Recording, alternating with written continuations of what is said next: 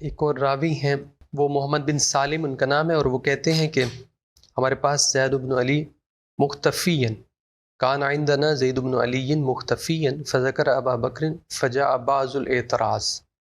ہمارے پاس انہوں نے چھپے ہوئے تھے، ظاہر ہے اس وہی جب جو آپ نے سچویشن وہ تھی تو بتایا.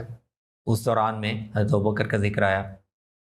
تو فقال زید ماہ یا محمد بن سالم لو كنت حاضرا ما كنت تصنع، اور كنت اصنع كما صنع علی قال فرضا بما صنع علی.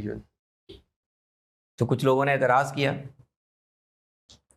تو انہوں نے وہی سوال پوچھا کہ بھئی اگر تم وہاں ہوتے، ظاہر اعتراض ایسے ہی لگتا ہے کہ یہی ہوا ہوگا کہ حضرت ابوبکر کو کیوں لوگوں نے خلیفہ بنا لیا، بالکل حضرت علی حقدار کے تو ہوتے حضرت ہوئے. علی تھے. انہوں نے کہا کہ یہ بتاؤ کہ اگر تم وہاں ہوتے تو جو بھی معاملہ تھا، جس طرح تو اتفاق ہو گیا، تو تم کیا کرتے؟